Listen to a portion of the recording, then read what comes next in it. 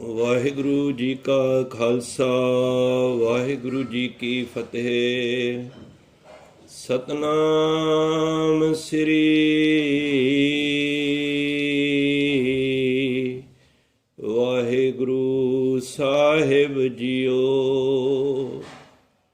ਇੱਕ ਓੰਕਾਰ ਸਤਨਾਮ ਕਰਤਾ ਪੁਰਖ ਨਿਰਭਉ ਨਿਰਵੈਰ ਅਕਾਲ ਮੂਰਤ ਅਜੂਨੀ ਸੈਭੰ ਗੁਰ ਪ੍ਰਸਾਦ।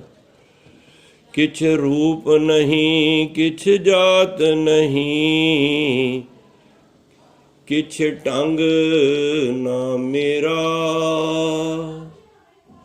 ਕਿਆ ਮੂੰਹ ਲੈ ਬੋਲੇ ਗੁਣ ਬਿਹੂ, ਨਾਮ ਜਪਿਆ ਨਾ ਤੇਰਾ। ਹਮ ਪਾਪੀ ਸੰਗ ਗੁਰ ਉਬਰੇ, ਪੁਨ ਸਤ ਗੁਰ ਕੇਰਾ। ਸਭ ਅਵਗੁਣ ਮੈਂ ਗੁਣ ਨਹੀਂ ਕੋਈ, ਕਿਉਂ ਕਰ ਕੰਤ ਮਿਲਾਵਾ ਹੋਈ। ਨਾ ਮੈਂ ਰੂਪ ਨਾ ਬੰਕੇ ਨੈਣਾ, ਨਾ ਕੁਲ ਢੰਗ ਨਾ ਮੀਠੇ ਬਹਿਣਾ। ਵਾਹਿਗੁਰੂ ਜੀ ਕਾ ਖਾਲਸਾ ਵਾਹਿਗੁਰੂ ਜੀ ਕੀ ਫਤਿਹ। ਪਰਮ ਸਤਿਕਾਰਯੋਗ ਗੁਰੂ ਪਿਆਰੀ ਗੁਰੂ ਰੂਪ ਸਾਧ ਸੰਗਤ ਜੀਓ, ਆਪ ਸਾਰੇ ਵੱਡੇ ਭਾਗਾਂ ਵਾਲੇ ਹੋ ਜੋ ਸਮੇਂ-ਸਮੇਂ ਸਿਰ ਆ ਕੇ ਸਤ ਸੰਗਤ ਦੇ ਰੂਪ ਵਿੱਚ ਬੈਠ ਕੇ ਆਪਣੇ ਜੀਵਨ ਦੇ ਮਨੋਰਥ ਨੂੰ ਸਫਲਾ ਕਰ ਰਹੇ ਹੋ। ਭਈ ਪ੍ਰਾਪਤ ਮਾਨੁਕ ਦੇਹ ਹਰੀਆ, ਗੋਬਿੰਦ ਮਿਲਨ ਕੀ ਇਹ ਤੇਰੀ ਬਰੀਆ। ਅਵਰ ਕਾਜ ਤੇਰੇ ਕਿਤੇ ਨਾ ਕਾਮ, ਮਿਲ ਸਾਧ ਸੰਗਤ ਭਜ ਕੇਵਲ ਨਾਮ। ਤੋ ਆਪ ਸਤ ਸੰਗਤ ਕਰਕੇ ਆਪਣੇ ਜੀਵਨ ਦੀ ਘੜੀਆਂ ਨੂੰ ਸੁਖੈਲਾ ਸਫਲ ਬਣਾ ਰਹੇ ਹੋ। ਆਪ ਜੀ ਦੇ ਵੱਡੇ ਭਾਗ ਹਨ। ਆਓ ਕੁਝ ਸਮਾਂ ਜੋ ਵੀਰ ਜੀ ਪਾਸੋਂ ਹੁਕਮ ਹੋਇਆ ਹੈ, ਸਤਿਗੁਰੂ ਦੀ ਬਾਣੀ ਦੇ ਵਿੱਚੋਂ ਗੁਰਬਾਣੀ ਦੀ ਓਟ ਆਸਰਾ ਲੈ ਕੇ ਗੁਰਬਾਣੀ ਦੀ ਰੋਸ਼ਨੀ ਦੇ ਵਿੱਚ ਅਸੀਂ ਗੁਰੂ ਦੇ ਵਿਚਾਰਾਂ ਨੂੰ, ਗੁਰੂ ਦੀਆਂ ਬਚਨਾਂ ਨੂੰ ਸਮਝਣ ਦਾ ਯਤਨ ਕਰੀਏ। ਵਿਚਾਰ ਆਰੰਭ ਕਰਨ ਤੋਂ ਪਹਿਲਾਂ ਜਿਤਨੀਆਂ ਵੀ ਸੰਗਤਾਂ ਆਪ ਜੀ ਘਰਾਂ ਵਿੱਚ ਬੈਠ ਕੇ ਜਾਂ ਆਫਿਸ ਜਾਂ ਜਿੱਥੇ ਵੀ ਆਪ ਜੀ ਬਿਰਾਜਮਾਨ ਹੋ, ਮਨ ਬਿਰਤੀਆਂ ਨੂੰ ਜ਼ਰੂਰ ਇਕਾਗਰ ਕਰੋ, ਕਿਉਂਕਿ ਪ੍ਰਭ ਕੀ ਉਸਤਤ ਕਰੋ ਸੰਤ ਮੀਤ, ਸਾਵਧਾਨ ਇਕਾਗਰ ਚੀਤ। ਕਿਉਂਕਿ ਵਿਸ਼ਾ ਜਦੋਂ ਵਿਚਾਰਾਂ ਦਾ ਹੁੰਦਾ ਹੈ ਤੇ ਵਿਸ਼ਾ ਫਿਰ ਉਹ ਵਿਸ਼ਾ ਇਕਾਗਰ ਮੰਗਤਾ ਹੈ।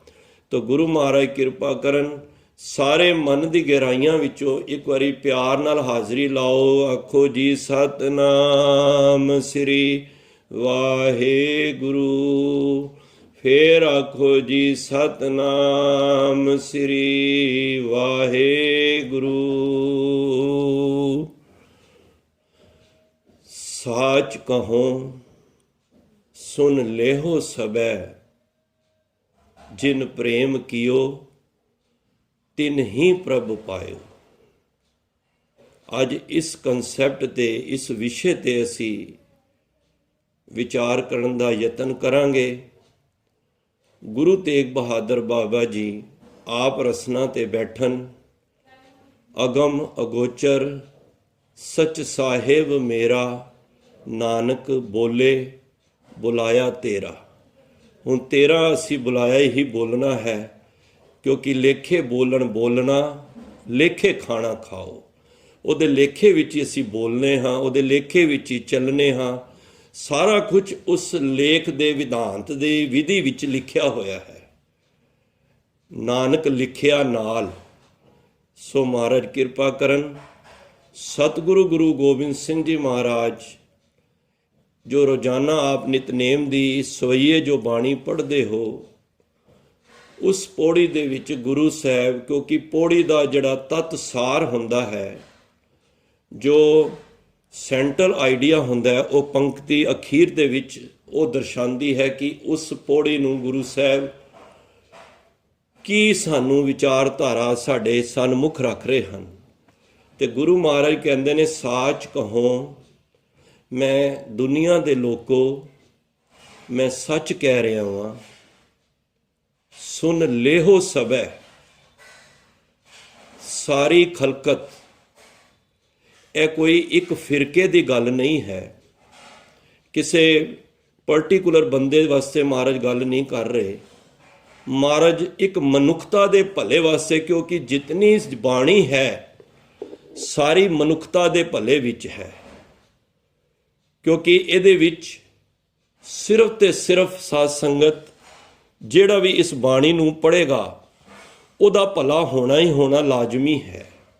ਤਾਂ ਮਹਾਰਾਜ ਕਹਿੰਦੇ ਨੇ, ਸਾਚ ਕਹੋ ਸੁਨ ਲੈ ਹੋ ਸਵੈ।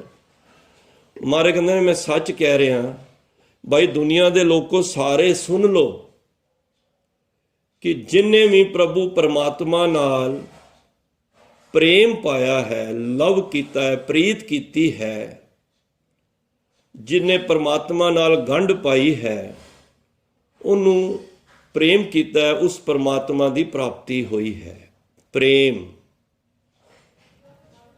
ਪ੍ਰੇਮ ਅਰਦਾਸ ਕਰੀਏ ਸਤਿਗੁਰੂ, ਇਹ ਬਖਸ਼ਿਸ਼ ਸਾਡੇ ਤੇ ਵੀ ਹੋਵੇ।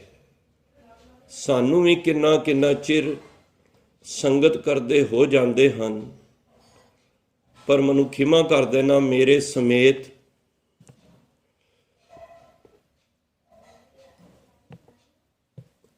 ਸਮੇਤ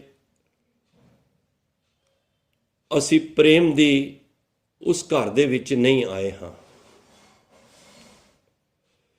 ਤੋ ਗੁਰੂ ਮਹਾਰਾਜ ਕਹਿੰਦੇ ਨੇ ਕਿ ਜਿਨਨੇ ਪ੍ਰੇਮ ਕੀਤਾ ਹੈ ਉਸ ਪ੍ਰਭੂ ਪਰਮਾਤਮਾ ਨੂੰ ਪਾ ਲਿਆ ਹੈ। ਪ੍ਰੇਮ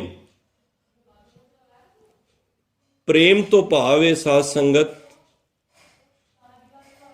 ਪਰੇ ਮੈਂ ਨੂੰ ਜਿੰਨੇ ਪਰੇ ਕਰ ਲਿਆ। ਪ੍ਰੈ ਦੇਖੋ 2.5 ਅੱਖਰ ਦਾ ਇਹ ਪ੍ਰੇਮ ਬੰਦਾ ਹੈ, 2.5 ਅੱਖਰ ਦਾ। ਜਿੰਨੇ ਮੈਂ ਨੂੰ ਪਰੇ ਕਰ ਦਿੱਤਾ, ਪ੍ਰੇਮ ਤਦ ਜਗਦਾ ਹੈ। ਤੋ ਗੁਰੂ ਮਹਾਰਾਜ ਇੱਥੇ ਇਹੀ ਸਮਝਾ ਰਹੇ ਨੇ, ਭਾਈ ਉਸ ਪਰਮਾਤਮਾ ਨਾਲ ਪ੍ਰੇਮ ਕਰੋ। ਹੁਣ 3 ਉਦਾਹਰਨਾਂ ਦੇ ਕੇ ਗੁਰੂ ਸਾਹਿਬ ਸਾਨੂੰ ਜਗਿਆਸੀ ਨੂੰ ਇਹ ਸਮਝਾਉਣਾ ਚਾਹ ਰਹੇ ਨੇ ਕਿ ਇਹ ਜਿਹੜੇ 3 ਉਦਾਹਰਨ ਦੇ ਰਹੇ ਨੇ, ਐਗਜ਼ਾਮਪਲ ਦੇ ਰਹੇ ਨੇ, ਉਹਨਾਂ ਨੇ ਰੱਬ ਨੂੰ ਨਹੀਂ ਪਾਇਆ। ਇਹ ਸਾਧ ਸੰਗਤ ਵਿੱਚੋਂ ਮਾਈਕ ਕੋਈ ਪਲੀਜ਼ ਮਾਈਕ ਆਫ ਕਰ ਦੇਣਾ। ਕਾ ਭਇਓ ਜੋ ਦੋ ਲੋਚਨ ਮੂੰਦ ਕੈ, ਬੈਠ ਰਿਓ ਬਕ ਧਿਆਨ ਲਗਾਇਓ।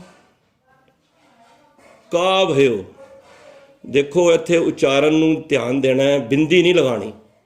ਕਈ ਅਕਸਰ ਪਾਠ ਕਰਦੇ ਨੇ, ਕਹਿੰਦੇ ਨੇ ਕਹਾਂ ਭਇਓ, ਨਹੀਂ, ਇਹ ਲੈਂਗੁਏਜ ਹੈ ਬਿਹਾਰੀ ਲੈਂਗੁਏਜ ਹੈ, ਕਿਉਂਕਿ ਗੁਰੂ ਸਾਹਿਬ ਗੁਰੂ ਗੋਬਿੰਦ ਸਿੰਘ ਜੀ ਮਹਾਰਾਜ ਉਸ ਪਟਨੇ ਦੀ ਧਰਤੀ ਤੇ ਮਹਾਰਾਜ ਦਾ ਪ੍ਰਕਾਸ਼ ਹੋਇਆ ਹੈ। ਕੁਝ ਮਹਾਰਾਜ ਦੀ ਬਾਣੀ ਦੇ ਵਿੱਚੋਂ ਬਿਹਾਰੀ ਲੈਂਗੁਏਜ ਵੀ ਸਾਨੂੰ ਦਰਸ਼ਨ ਹੁੰਦੇ ਹਨ। ਇਹ ਭਾਸ਼ਾ ਬਿਹਾਰੀ ਹੈ। ਕਾ ਭਇਓ ਮਤਲਬ ਕੀ ਹੋਇਆ।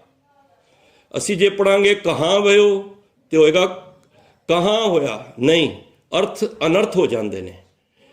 ਵਿਸ਼ਰਾਮ ਦੇਣਾ। ਕਾ ਭਇਓ ਜੋ ਦੋ ਲੋਚਨ ਮੂੰਦ ਕੈ, ਬੈਠ ਰਿਓ ਬਕ ਧਿਆਨ ਲਗਾਇਓ।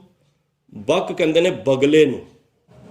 ਮਹਾਰਾਜ ਕਹਿੰਦੇ ਨੇ ਕੀ ਹੋਇਆ ਜੇ ਕੋਈ ਬਗਲਾ ਧਿਆਨ ਲਗਾ ਕੇ ਬੈਠਾ ਹੋਇਆ, ਉਸ ਧਿਆਨ ਦਾ ਕੀ ਫਾਇਦਾ। ਕਿਉਂਕਿ ਬਗਲਾ ਜਿਹੜਾ ਹੁੰਦਾ ਨਾ ਸਾਧ ਸੰਗਤ, ਉਹਦਾ ਰੂਪ ਤੇ ਹੰਸ ਨਾਲ ਮਿਲਦਾ ਹੈ, ਪਰ ਸਾਧ ਸੰਗਤ ਉਹਦੀਆਂ ਜਿਹੜੀਆਂ ਕਰਤੂਤਾਂ ਨੇ ਨਾ ਉਹ ਹੰਸ ਵਰਗੀਆਂ ਨਹੀਂ ਹੁੰਦੀਆਂ। ਕਿਉਂ? ਕਿਉਂਕਿ ਜਦੋਂ ਉਹ ਨਦੀ ਦੇ ਕਿਨਾਰੇ ਇੱਕ ਟੰਗ ਤੇ ਖੜਾ ਹੋ ਜਾਂਦਾ ਨਾ, ਸਮਾਧੀ ਉਹਨੇ ਲਾਈ ਹੁੰਦੀ ਹੈ, ਤੇ ਮੱਛੀ ਵਿਚਾਰੀ ਜਿਹੜੀ ਪਾਣੀ ਦੇ ਵਿੱਚ ਹੁੰਦੀ ਹੈ ਉਹ ਕਹਿੰਦੀ ਕੋਈ ਇਹ ਵੱਡਾ ਮਹਾਂਪੁਰਖ ਹੀ ਜਾਪ ਰਿਹਾ ਹੈ। ਦੇਖੋ ਗੁਰਬਾਣੀ ਦੇ ਅੰਦਰ ਨਾ ਗੁਰੂ ਸਾਹਿਬ ਨੇ ਜਾਂ ਤੇ ਇਹ ਸਾਰੀ ਪ੍ਰਕਿਰਤਿਕ ਦਾ ਉਦਾਹਰਨ ਦਿੱਤੇ ਨੇ ਜਾਂ ਜੀਵ ਜੰਤੂਆਂ ਦੇ ਉਦਾਹਰਨ ਦਿੱਤੇ ਨੇ। ਕਿੱਥੇ ਹਾਥੀ ਦਾ ਉਦਾਹਰਨ ਦਿੱਤਾ ਹੈ, ਕਿੱਥੇ ਮੱਛੀ ਦਾ ਉਦਾਹਰਨ ਦਿੱਤਾ ਹੈ, ਕਿੱਥੇ ਬਗਲੇ ਦਾ ਦਿੱਤਾ ਹੈ, ਕਿੱਥੇ ਪੇੜਾਂ ਤੋਂ ਤੁਸੀਂ ਲੈ ਲਓ, ਵੱਡੇ ਵੱਡੇ ਪੇੜ ਨੇ, ਰੁੱਖ ਨੇ, ਉਹਨਾਂ ਦੇ ਉਦਾਹਰਨ ਦਿੱਤੇ ਨੇ। ਸਿੰਮਲ ਦੇ ਰੁੱਖ ਦੀ ਉਦਾਹਰਨ ਦਿੱਤੀ ਹੈ। ਹੁਣ ਬਗਲੇ ਨੂੰ ਨਹੀਂ ਸਮਝਾ ਰਹੇ ਗੁਰੂ ਸਾਹਿਬ। ਧਿਆਨ ਦੇਣਾ, ਬਗਲੇ ਨੂੰ ਤੇ ਪਤਾ ਹੀ ਨਹੀਂ ਹੋਣਾ ਕਿ ਗੁਰੂ ਸਾਹਿਬ ਨੇ ਮੇਰੇ ਵਾਸਤੇ ਬਾਣੀ ਤਾਂ ਪ੍ਰਸਾਦ ਸਵਈਏ ਵਿੱਚ ਲਿਖੀ ਹੈ। ਬਗਲੇ ਨੂੰ ਨਹੀਂ ਪਤਾ। ਇਹ ਸਿਰਫ ਇੱਕ ਐਗਜ਼ਾਮਪਲ ਦੇ ਕੇ, ਦਲੀਲ ਦੇ ਕੇ ਗੁਰੂ ਸਾਹਿਬ ਸਾਨੂੰ ਸਮਝਾਉਣਾ ਕਰ ਰਹੇ ਨੇ ਕਿ ਭਾਈ ਤੂੰ ਬਗਲੇ ਦੀ ਨਿਆਈ ਨਾ ਰਹਿ।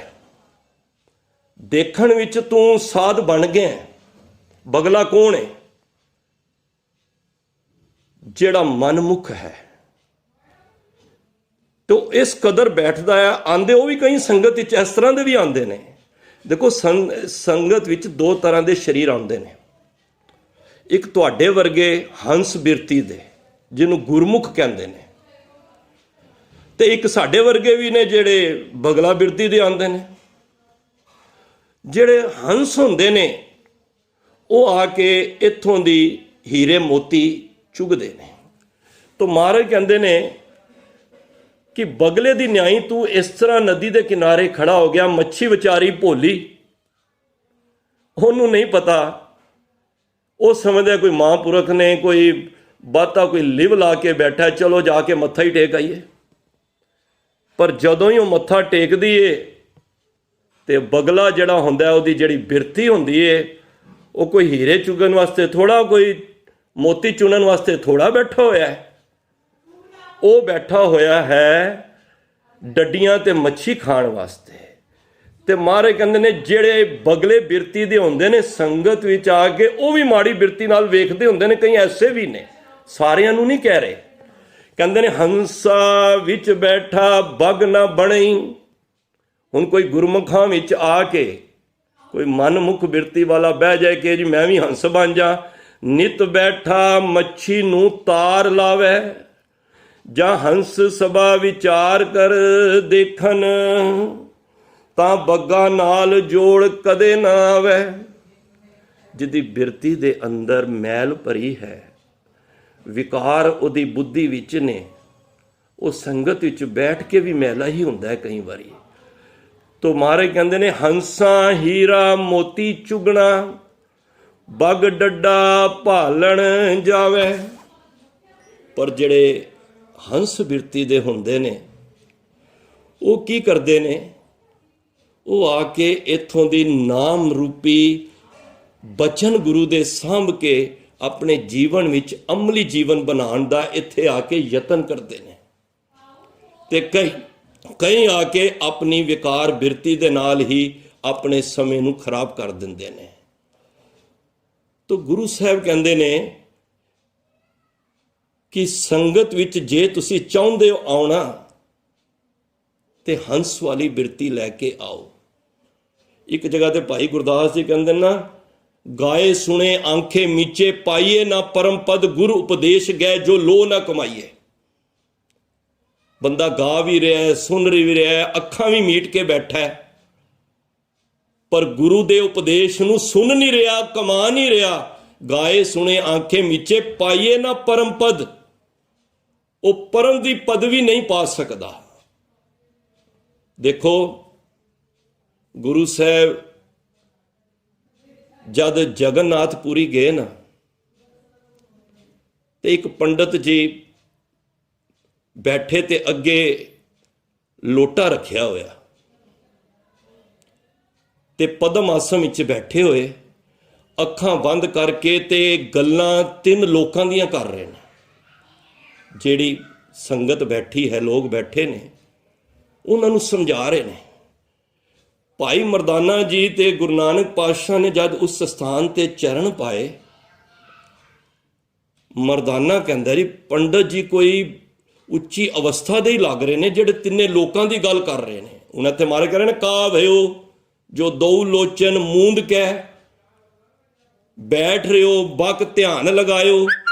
ਹੁਣ ਸਵਾਲ ਤੇ ਹੈ ਵੇ, ਕਈ ਭੀੜ ਦੇ ਵਿੱਚ ਜਾ ਕੇ ਰੱਬ ਨੂੰ ਨਹੀਂ ਵਿਸਾਰਦੇ ਤੇ ਕਈ ਸੰਗਤ ਵਿੱਚ ਆ ਕੇ ਮਾੜੀ ਬਿਰਤੀ ਲੈ ਕੇ ਬੈਠੇ ਹੁੰਦੇ ਨੇ। ਮਰਦਾਨਾ ਕਹਿੰਦਾ ਕੋਈ ਵੱਡਾ ਉੱਚਾ ਸੰਤ ਹੀ ਜਾਪਦੇ ਨੇ। ਮਹਾਰਾਜ ਮੁਸਕਰਾ ਪਏ। ਮਹਾਰਾਜ ਕਹਿੰਦੇ ਨੇ ਕੋਲ ਜਾ ਕੇ ਬੈਠ ਗਏ ਤੇ ਉਹ ਤਿੰਨ ਲੋਕਾਂ ਦੀਆਂ ਗੱਲਾਂ ਕਰ ਰਹੇ ਸਨ। ਮਹਾਰਾਜ ਨੇ ਮਰਦਾਨੇ ਨੂੰ ਕਿਹਾ, ਮਰਦਾਨਿਆ ਇਹਦੇ ਅੱਗੇ ਜਿਹੜਾ ਕਟੋਰਾ ਪਿਆ ਨਾ, ਲੋਟਾ, ਉਹ ਚੁੱਕ ਕੇ ਇਹਨਾਂ ਦੇ ਪਿੱਛੇ ਰੱਖ ਦੇ। ਉਹ ਪਿੱਛੇ ਰੱਖ ਦਿੰਦਾ। ਮਰਦਾਨਾ ਹੁਕਮ ਦਾ ਵੱਜਿਆ। ਹੁਣ ਜਦ ਉਹ ਪੰਡਤ ਜੀ ਵੇਖਦੇ ਨੇ ਖਣ ਦੀ ਆਵਾਜ਼ ਨਹੀਂ ਆ ਰਹੀ, ਬੜੀ ਦੇਰ ਤੇ ਆਵਾਜ਼ ਆ ਰਹੀ ਸੀ, ਜਿਹੜਾ ਮਾਇਆ ਦਾ ਸਿੱਕਾ ਪਾਉਂਦਾ ਸੀ ਉਹਦੇ ਵਿੱਚ। ਉਹਨਾਂ ਨੇ ਇੱਕਦਮ ਅੱਖਾਂ ਖੋਲੀਆਂ ਤੇ ਖੋਲਦਿਆਂ ਸਾਰ ਕਹਿੰਦੇ ਮੇਰਾ ਲੋਟਾ ਕਿੱਥੇ? ਤੇ ਗੁਰੂ ਨਾਨਕ ਪਾਤਸ਼ਾਹ ਕਹਿੰਦੇ ਨੇ ਲੋਟਾ ਹੁਣੇ ਤੇ ਤੁਸੀਂ ਤਿੰਨ ਲੋਕਾਂ ਦੀ ਗੱਲ ਕਰ ਰਹੇ ਸਨ। ਉੱਥੇ ਮਹਾਰਾਜ ਨੇ ਕੋਈ ਬਾਣੀ ਵੀ ਉਚਾਰੀ ਹੈ, ਆਂਟ ਸੇਤੀ ਨਾਕ ਪਕੜੇ ਸੂਝ ਤੇ ਤੀਨ ਲੋ। ਮਹਾਰਾਜ ਕਹਿੰਦੇ ਆਂਟ ਇਹ ਹੁੰਦਾ ਅੰਗੂਠਾ, ਆਂਟ ਸੇਤੀ ਅੰਗੂਠੇ ਦੇ ਨਾਲ ਕੋਈ ਨੱਕ ਬੰਦ ਕਰਕੇ, ਆਂਟ ਸੇਤੀ ਨਾਕ ਪਕੜੇ ਸੂਝ ਤੇ ਤੀਨ ਲੋ। ਤੂੰ ਇਸ ਤਰ੍ਹਾਂ ਦੇ ਆਸਨ ਬਣਾ ਕੇ ਤਿੰਨ ਲੋਕਾਂ ਦੀ ਗੱਲਾਂ ਕਰ ਰਹੇ ਆ, ਮਗਰ ਪਾਛੇ ਕਛੂ ਨਾ ਸੂਝੇ ਇਹ ਪਦਮ ਲੋ। ਤੈਨੂੰ ਪਿੱਛੇ ਪਿਆ ਕਟੋਰਾ ਨਜ਼ਰ ਨਹੀਂ ਆ ਰਿਹਾ ਤੇ ਤੂੰ ਤਿੰਨ ਲੋਕਾਂ ਦੀਆਂ ਗੱਲਾਂ ਪੇ ਕਰਨਾ ਵੇ। ਇਹ ਸਮਝਾਉਣ ਦਾ ਇੱਕ ਗੁਰੂ ਨਾਨਕ ਪਾਤਸ਼ਾਹ ਦਾ ਨਵੇਕਲਾ ਢੰਗ ਸੀ। ਤੇ ਜੇ ਮਹਾਰਾਜ ਸਿੱਧਾ ਕਹਿ ਦਿੰਦੇ ਤੇ ਗੱਲ ਨਹੀਂ ਬਣਨੀ ਸੀ। ਜੇ ਹਰਿਦੁਆਰ ਗਏ, ਕੋਈ ਸੂਰਜ ਨੂੰ ਪਾਣੀ ਦੇ ਰਿਹਾ, ਮਹਾਰਾਜ ਨੇ ਉਹਨਾਂ ਨੂੰ ਟੋਕਿਆ ਨਹੀਂ ਕਿ ਤੁਸੀਂ ਗਲਤ ਕਰ ਰਹੇ ਹੋ। ਮਹਾਰਾਜ ਦਾ ਸਮਝਾਉਣ ਦਾ ਇੱਕ ਢੰਗ ਆਪਣਾ ਸੀ। ਮਹਾਰਾਜ ਨੇ ਉਹਨਾਂ ਨੂੰ ਕੁਛ ਨਹੀਂ ਕਿਹਾ। ਮਹਾਰਾਜ ਸੂਰਜ ਦੇ ਉਸ ਤਰਫ ਜਿੱਥੇ ਮਹਾਰਾਜ ਦੇ ਖੇਤ ਸਨ ਕਰਤਾਰਪੁਰ ਵੱਲ, ਉਧਰ ਪਾਣੀ ਦੇਣ ਲੱਗ ਪਏ। ਸਾਰੇ ਇਕੱਠੇ ਹੋ ਕੇ ਆ ਗਏ, ਕਿਉਂਕਿ ਮਹਾਰਾਜ ਨੇ ਕਿੱਥੇ ਵੀ ਸੰਸਾਰ ਵਿੱਚ ਜਿੱਥੇ ਵੀ ਵਿਚਰੇ ਨੇ ਸਵਾਲ ਨਹੀਂ ਕੀਤਾ ਕਿਸੇ ਅੱਗੇ। ਸਵਾਲ ਉਹ ਕਰਦਾ ਜਿਹਦੇ ਅੰਦਰ ਥੋੜੇ ਸੰਕੇ ਹੁੰਦੇ ਨੇ, ਕਿਉਂਕਿ ਮਹਾਰਾਜ ਇਸ ਤਰ੍ਹਾਂ ਦੀ ਉੱਥੇ ਜਾ ਕੇ ਗੱਲ ਕਰਦੇ ਸਨ, ਬੰਦਾ ਸਵਾਲ ਕਰਨ ਵਿੱਚ ਮਜਬੂਰ ਹੋ ਜਾਂਦਾ ਸੀ। ਤੇ ਕਿਹਾ ਕਿ ਤੁਸੀਂ ਲਹਿੰਦੇ ਸੂਰਜ ਵੱਲ ਇਹ ਜਲ ਪੇ ਦਿੰਦੇ ਹੋ। ਮਹਾਰਾਜ ਕਹਿੰਦੇ ਨੇ ਤੁਸੀਂ ਕਿਹਨੂੰ ਪੇ ਦਿੰਦੇ ਹੋ? ਕਹਿੰਦੇ ਅਸੀਂ ਤੇ ਸੂਰਜ ਦੇਵਤਾ ਨੂੰ ਦੇ ਰਹੇ ਹਾਂ। ਤੇ ਮਹਾਰਾਜ ਕਹਿੰਦੇ ਮੈਂ ਵੀ ਆਪਣੇ ਕਰਤਾਰਪੁਰ ਵੱਲ ਦੇ ਰਿਹਾ। ਉਹ ਕਹਿੰਦੇ ਨੇ ਕਰਤਾਰਪੁਰ ਕਿੱਥੇ ਤੁਹਾਡਾ? ਉਹ ਜਲ ਕਿੱਥੇ ਪਹੁੰਚ ਸਕਦਾ ਹੈ? ਮਹਾਰਾਜ ਕਹਿੰਦੇ ਜੇ ਲੱਖਾਂ ਮੀਲ ਤੁਹਾਡੇ ਉਸ ਸੂਰਜ ਤੱਕ ਜਲ ਪਹੁੰਚ ਸਕਦਾ ਹੈ ਤੇ ਕੁਝ ਮੀਲਾਂ ਤੇ ਮੇਰੇ ਕਰਤਾਰਪੁਰ ਨਹੀਂ ਪਹੁੰਚ ਸਕਦਾ ਜਲ। ਇਹ ਸਮਝਾਉਣ ਦਾ ਢੰਗ ਸੀ। ਜਿਨ੍ਹਾਂ ਨੇ ਤੇ ਸਮਝ ਲਿਆ ਉਹ ਗੁਰੂ ਨਾਨਕ ਦੇ ਚਲਦੇ ਮਾਰਗ ਨਾਲ ਚੱਲ ਪਏ। ਜਿਹੜੇ ਨਹੀਂ ਸਮਝੇ ਉਹ ਅੱਜ ਤੱਕ ਭਰਮ ਦੇ ਵਿੱਚ ਪਏ ਨੇ। ਮੈਨੂੰ ਖਿਮਾ ਕਰ ਦੇਣਾ। ਕਾ ਭਇਓ ਜੋ ਦੋ ਲੋਚਨ ਮੂੰਦ ਕੇ ਬੈਠ ਰਿਓ ਬਕ ਧਿਆਨ ਲਗਾਇਓ। ਮਹਾਰਾਜ ਕਹਿੰਦੇ ਨੇ ਉਹ ਤੇਰਾ ਕੀ ਫਾਇਦਾ ਉਸ ਭਗਤੀ ਦਾ ਜਿਹੜਾ ਤੂੰ ਬਗਲੇ ਦੀ ਨਿਆਈ ਬੈਠਾ ਹੈ, ਐਵੇਂ ਕਰ ਰਹੇ ਹੈ। ਮਹਾਰਾਜ ਕਹਿੰਦੇ ਨੇ ਆਪਣੇ ਸਮੇਂ ਨੂੰ ਖਰਾਬ ਕਰ ਰਹੇ ਹੈ। ਨਾਹਤ ਫਿਰਿਓ ਲੀਏ ਸਾਤ ਸਮੁੰਦਰਨ ਲੋਕ ਗਇਓ ਪਰ ਲੋਕ ਗਵਾਇਓ। ਇੱਕ ਹੋਰ ਵੀ ਫਿਰਕਾ ਹੈ। ਇਹ ਬਿਮਾਰੀ ਸਿੱਖ ਧਰਮ ਵਿੱਚ ਵੀ ਆ ਚੁੱਕੀ ਹੈ। ਉਹ ਐਸੇ ਸਨ, ਉਹ ਸੋਚਦੇ ਸਨ ਕਿ ਘਰੋਂ ਨਿਕਲੋ 68 ਤੀਰਥਾਂ 7 ਸਮੁੰਦਰ ਭਾਵ ਸਾਰੀ, ਕਿਉਂਕਿ ਸਨਾਤਨ ਧਰਮ ਵਿੱਚ 68 ਧਾਰਮਿਕ ਸਥਾਨ ਜਿਹੜੇ ਨੇ ਮੁੱਖ, ਉਹਨਾਂ ਦੇ ਇਸ਼ਨਾਨ ਕਰ ਲਓ ਤੁਹਾਡੀ ਗਤੀ ਹੈ। ਮਹਾਰਾਜ ਕਹਿੰਦੇ ਨੇ ਜੇ ਤੁਸੀਂ ਸਾਰੇ 68 ਤੀਰਥਾਂ ਦਾ ਵੀ ਇਸ਼ਨਾਨ ਕਰ ਲੋਗੇ ਨਾ, ਜੇ ਅੰਦਰ ਮੈਲ ਹੈ ਨਾ, ਸੋਚ ਕਰੇ ਦਿਨਸ ਅਰ ਰਾਤ ਮਨ ਕੀ ਮੈਲ ਨਾ ਤਨ ਤੇ ਜਾਤ। ਤੁਸੀਂ ਸਿਆਣੇ ਬੈਠੇ ਹੋ, ਬਾਹਰੋਂ ਪਿੰਡਾ ਧੋ ਕੇ ਅੰਦਰ ਮਨ ਦੀ ਮੈਲ ਕਿਵੇਂ ਲੈ ਸਕਦੀ ਹੈ? ਸੁੱਚੇ ਇਹ ਨਾ ਆਖੀਏ ਬਹਿਣ ਜੇ ਪਿੰਡਾ ਧੋਏ, ਸੁੱਚੇ ਸਹੀ ਨਾਨਕਾ ਜਿਨ ਮਨ ਵਸਿਆ ਸੋ। ਧੋਣਾ ਤੇ ਮਨ ਸੀ। ਅੰਤਰ ਮੈਲ ਜੇ ਤੀਰਥ ਨਾ ਆਵੇ, ਮਾਰੇ ਕਹਿੰਦੇ ਜੇ ਅੰਦਰ ਮੈਲ ਏ ਤੇ ਬਾਹਰ ਤੂੰ ਤੀਰਥਾਂ ਤੇ ਇਸ਼ਨਾਨ ਕਰ ਰਿਹਾ ਹੈ, ਤਿਸ ਬੈਕੁੰਠ ਨਾ ਜਾਣਾ। ਤੂੰ ਅੰਦਰ ਮੈਲ ਪੜੀ ਉਸ ਬੈਕੁੰਠ ਨੂੰ ਤੇ ਤੂੰ ਜਾਣ ਨਹੀਂ ਪਾ ਰਿਹਾ। ਲੋਕ ਪਤੀਨੇ ਕਛੂ ਨਾ ਹੋਵੇ, ਨਾਹੇ ਰਾਮ ਇਆਣਾ। ਲੋਕਾਂ ਨੂੰ ਹੀ ਤੂੰ ਖਾਲੀ ਭਰਮਾ ਰਿਹਾ ਐਵੇਂ, ਉਹਨਾਂ ਨੂੰ ਹੀ ਤੂੰ ਖੁਸ਼ ਕਰ ਰਿਹਾ ਹੈ ਕਿ ਮੈਂ 68 ਤੀਰਥਾਂ ਤੇ ਇਸ਼ਨਾਨ ਕਰ ਰਿਹਾ। ਲੋਕ ਪਤੀਨੇ ਕਛੂ ਨਾ ਹੋਵੇ, ਨਾਹੇ ਰਾਮ ਇਆਣਾ। ਰਾਮ ਪਰਮਾਤਮਾ ਕੋਈ ਇਆਣਾ ਨਹੀਂ ਹੈ ਕਿ ਪਰਮਾਤਮਾ ਨੂੰ ਪਤਾ ਨਹੀਂ ਹੈ। ਹੁਣ ਮੈਂ ਤੁਹਾਨੂੰ ਇੱਕ ਗੱਲ ਕਰਾਂ, ਤੁਸੀਂ ਇੱਥੇ ਬੈਠੇ ਹੀ ਬੈਠੇ ਜਿਹੜਾ ਤੀਰਥਾਂ ਦੇ ਇਸ਼ਨਾਨ ਇਤਨਾ ਮਾਇਆ ਲਾ ਕੇ, ਇਤਨਾ ਸਮਾਂ ਲਾ ਕੇ ਜਿਹੜੇ ਕਰਦੇ ਨੇ ਨਾ, ਮਹਾਰਾਜ ਕਹਿੰਦੇ ਨੇ ਤੁਸੀਂ ਇਹ ਸੰਗਤ ਵਿੱਚ ਹੀ ਬੈਠੇ ਇਸ਼ਨਾਨ ਕਰ ਰਹੇ ਹੋ। ਮੈਂ ਨਹੀਂ ਕਹਿ ਰਿਹਾ, ਗੁਰੂ ਦੀ ਬਾਣੀ ਕਹਿ ਰਹੀ ਜੇ। ਸੁਣਿਆ, ਪੜ੍ਹਿਆ ਨਾ ਉਹਨੇ ਜਪਜੀ ਸਾਹਿਬ ਵਿੱਚ ਅੰਮ੍ਰਿਤ ਵੇਲੇ ਨਿਤਨੇਮ ਦਾ ਪਾਣੀ ਚ ਸੁਣਿਆ, ਸਤ ਸੰਤੋਖ ਗਿਆਨ। ਅੱਗੋਂ ਕੀ ਪੰਕਤੀ ਆਉਂਦੀ ਹੈ? ਸੁਣਿਆ 68 ਕਾ ਇਸ਼ਨਾਨ। ਵਾਹ! ਦੇਖੋ ਗੁਰਬਾਣੀ ਕਹਿੰਦੀ ਤੁਹਾਨੂੰ ਕੁਝ ਮਸ਼ੱਕਤ ਕਰਨ ਦੀ ਲੋੜ ਨਹੀਂ। ਸਾਧ ਕੇ ਸੰਗ ਨਹੀਂ ਕਛ ਘਾਲ। ਤੁਹਾਨੂੰ ਕੋਈ ਪਹਾੜਾਂ ਤੇ ਕੰਦਰਾਂ ਤੇ ਕਿੱਥੇ ਘਰ-ਬਾਰ ਛੱਡਣ ਦੀ ਲੋੜ ਨਹੀਂ। ਗੋਬਿੰਦ ਜਿਹੜਾ ਗੰਗਾ ਜਲ, ਗੋਬਿੰਦ ਗੁਰਨਾਮ। ਵਾਹ ਕਿੰਨੀ ਪਿਆਰੀ ਪੰਕਤੀ ਹੈ। ਲੋਕ ਗੰਗਾ ਜਲ ਨੂੰ ਮਹੱਤਵ ਕਹਿੰਦੇ, ਮਹਾਰਾਜ ਕਹਿੰਦੇ ਨੇ ਸਾਡਾ ਨਾਮ ਹੀ, ਗੁਰੂ ਦਾ ਨਾਮ ਹੀ, ਗੋਬਿੰਦ ਦਾ ਨਾਮ ਹੀ ਗੰਗਾ ਜਲ ਹੈ। ਗੰਗਾ ਜਲ ਗੋਬਿੰਦ ਗੁਰਨਾਮ। ਤਾਂ ਮਹਾਰਾਜ ਕਹਿੰਦੇ ਨੇ ਕਿ ਜੇ ਨਹਾਉਣ ਦੇ ਨਾਲ ਗਤੀ ਹੁੰਦੀ ਨਾ ਤੇ ਸਾਰੇ ਡੱਡੂ ਮੈਂਡਕ ਤੇ ਕਦੋਂ ਦੇ ਤਰ ਗਏ ਹੁੰਦੇ। ਪਰ ਮਹਾਰਾਜ ਕਹਿੰਦੇ ਨੇ ਸਾਚਾ ਨਹਾਵਣ ਗੁਰ ਕੀ ਸੇਵ। ਜੇ ਨਹਾਉਣ ਦੇ ਨਾਲ ਮਨ ਦੀ ਮੈਲ ਉਤਰਦੀ ਹੁੰਦੀ ਨਾ ਤੇ ਅੱਜ ਸਾਰੇ ਡੱਡੂ ਸਭ ਕੁਝ ਤਰ ਜਾਂਦੇ। ਜਲ ਕੇ ਮੱਜਣ ਜੇ ਗਤ ਹੋਵੇ, ਨਿਤ ਨਿਤ ਮੈਂਡਕ ਨਹਾਵੇ, ਜੈਸੇ ਮੈਂਡਕ ਤੈਸੇ ਓਏ ਨਰ, ਫਿਰ ਜੋਨੀ ਆਵੇ। ਫਿਰ ਜਿਸ ਤਰ੍ਹਾਂ ਮੈਂਡਕ ਬਾਰ-ਬਾਰ ਜੋਨੀਆਂ ਵਿੱਚ ਆਉਂਦਾ, ਉਹ ਤੇ ਰਹਿੰਦਾ ਹੀ ਪਾਣੀ 'ਚ ਸੀ। ਗੱਲ ਇਸ਼ਨਾਨ ਦੀ ਨਹੀਂ ਸੀ, ਗੱਲ ਸੀ ਨਾਮ ਦੇ ਇਸ਼ਨਾਨ ਕਰਨਾ ਸੀ, ਸਿਫਤਾਂ ਦਾ ਇਸ਼ਨਾਨ ਕਰਨਾ ਸੀ। ਤੀਰਥ ਨਹਾਵਣ ਜਾਓ, ਤੀਰਥ ਨਾਮ ਹੈ। ਗੁਰਬਾਣੀ ਕਹਿੰਦੀ ਹੈ ਜਿਹੜਾ ਤੁਸੀਂ ਨਾਮ ਜਪ ਰਹੇ ਹੋ ਇਹੀ ਤੀਰਥ ਹੈ। ਹੁਣ ਚਲੋ ਇੱਕ ਗੱਲ ਹੋਰ, ਜੇ ਕਿਸੇ ਦੀ ਤਬੀਅਤ ਖਰਾਬ ਹੈ, ਸਰੀਰ ਕਰਕੇ ਢਿੱਲਾ ਹੈ, ਉਹ ਦਰਬਾਰ ਸਾਹਿਬ ਨਹੀਂ ਜਾ ਸਕਦਾ, ਬੰਗਲਾ ਸਾਹਿਬ ਨਹੀਂ ਜਾ ਸਕਦਾ ਇਸ਼ਨਾਨ ਕਰਨ, ਤੇ ਕੀ ਉਹ ਇਸ਼ਨਾਨ ਨਹੀਂ ਲੱਗੇਗਾ? ਉਹਨੂੰ ਮੈਨੂੰ ਖਿਮਾ ਕਰ ਦੇਣਾ। ਮੈਂ ਨਹੀਂ ਕਹਿ ਰਿਹਾ ਕਿ ਦਰਬਾਰ ਸਾਹਿਬ ਨਾ ਜਾਓ, ਜਾਓ, 7 ਹੋਰ ਵੱਧ ਕੇ ਜਾਓ, ਪਰ ਸਹੀ ਇਸ਼ਨਾਨ ਪਤਾ ਕਿਹੜਾ? ਗੁਰੂ ਸਾਹਿਬ ਰਾਮਦਾਸ ਸਰੋਵਰ ਨਾਤੇ ਸਭ ਉਤਰੇ ਪਾਪ ਕਮਾਤੇ। ਉਸ ਸਿਫਤਾਂ ਦੇ ਸਰੋਵਰ ਦੀ ਗੱਲ ਕਰ ਰਹੇ ਨੇ ਗੁਰੂ ਸਾਹਿਬ। ਉੱਥੇ ਜਾ ਕੇ ਨਹਾਓ, ਇਸ਼ਨਾਨ ਕਰੋ, ਮੁਬਾਰਕ ਹੈ, ਕਿਉਂਕਿ ਉਸ ਜਲ ਦੇ ਵਿੱਚ ਗੁਰੂ ਸਾਹਿਬ ਨੂੰ ਸਰੋਵਰ ਬਣਾਉਣ ਦਾ ਵੀ ਕੋਈ ਮਕਸਦ ਸੀ ਕਿ ਜਾਤ ਪਾਤ ਦੇ ਕੋੜ ਖਤਮ ਕੀਤੇ ਜਾਣ। ਇੱਥੇ ਕੋਈ ਨੀਵਾਂ ਆਵੇ, ਕੋਈ ਉੱਚੀ ਜਾਤ ਦਾ ਆਵੇ, ਇੱਕੋ ਜਗ੍ਹਾ ਇਸ਼ਨਾਨ ਕਰਨਗੇ, ਉਹ ਮਨ ਦੇ ਭਰਮ ਮੁੱਕਣਗੇ।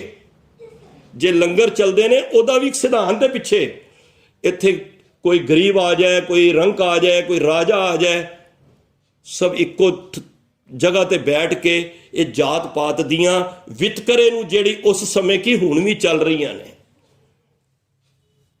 ਤਾਂ ਗੁਰੂ ਸਾਹਿਬ ਸਾਨੂੰ ਇਹ ਸਮਝਾ ਰਹੇ ਨੇ, ਭਾਈ ਜਿਹੜਾ ਤੂੰ ਇਸ਼ਨਾਨ ਕਰਨਾ ਸੀ ਨਾ, ਉਸ ਦੇ ਨਾਮ ਦਾ ਇਸ਼ਨਾਨ ਕਰਨਾ ਸੀ ਜਿਹੜਾ ਤੁਸੀਂ ਕਰ ਰਹੇ ਹੋ। ਸੁਣਿਆ ਸਤ ਸੰਤੋਖ ਗਿਆਨ, ਸੁਣਿਆ 68 ਕਾ ਇਸ਼ਨਾਨ।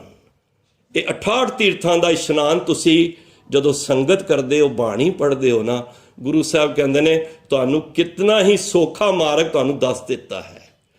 ਤੋ 7 ਸਮੁੰਦਰਨ, ਮਾਰੇ ਕਹਿੰਦੇ ਨੇ ਨਾਹਤ ਫਿਰਿਓ ਲੀਏ 7 ਸਮੁੰਦਰਨ, ਲੋਕ ਗਿਓ ਪਰ ਲੋਕ ਗਵਾਇਓ। ਹੁਣ ਤੀਜੇ ਫਿਰਕੇ ਹੋਰ ਵੀ ਨੇ। ਇੱਕ ਤੇ ਉਹ ਸਨ ਜਿਹੜੇ ਅੱਖਾਂ ਬੰਦ ਕਰਕੇ ਧਰਮ ਦੇ ਨਾਮ ਤੋਂ ਲੁੱਟੀ ਜਾ ਰਹੇ ਸਨ ਔਰ ਬਗਲੇ ਦੀ ਨਿਆਈ ਆਪਣੀ ਰੋਜੀ ਰੋਟੀ ਪਾਲ ਰਹੇ ਸਨ, ਭਰਮਾਂ ਦੇ ਵਿੱਚ ਲੋਕਾਂ ਨੂੰ ਪਾ ਰਹੇ ਸਨ। ਗੁਰੂ ਸਾਹਿਬ ਗੁਰੂ ਗੋਬਿੰਦ ਸਿੰਘ ਮਹਾਰਾਜ ਨੇ ਕਿਹਾ ਇਹਦੇ ਨਾਲ ਪਰਮਾਤਮਾ ਨਾਲ ਪ੍ਰੇਮ ਨਹੀਂ ਬਣ ਪਾਏਗਾ। ਕਈ ਇਸ਼ਨਾਨਾਂ ਦੇ ਉੱਤੇ ਜ਼ੋਰ ਦੇ ਦੇ ਕੇ ਤੇ ਉਸ ਨੂੰ ਪਾਉਣ ਦਾ ਯਤਨ ਕਰ ਰਹੇ ਸਨ। ਮਹਾਰਾਜ ਕਹਿੰਦੇ ਨੇ ਉਹ ਵੀ ਢੰਗ ਤੁਹਾਡਾ ਗਲਤ ਹੈ।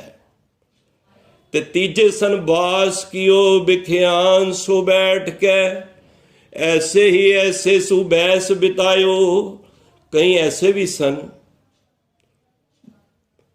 ਬਿਆਬਾਨ ਜੰਗਲਾਂ ਵਿੱਚ ਚਲੇ ਜਾਣਾ, ਘਰ-ਬਾਰ ਆਪਣੀਆਂ ਡਿਊਟੀਆਂ ਸਭ ਛੱਡ ਦੇਣੀਆਂ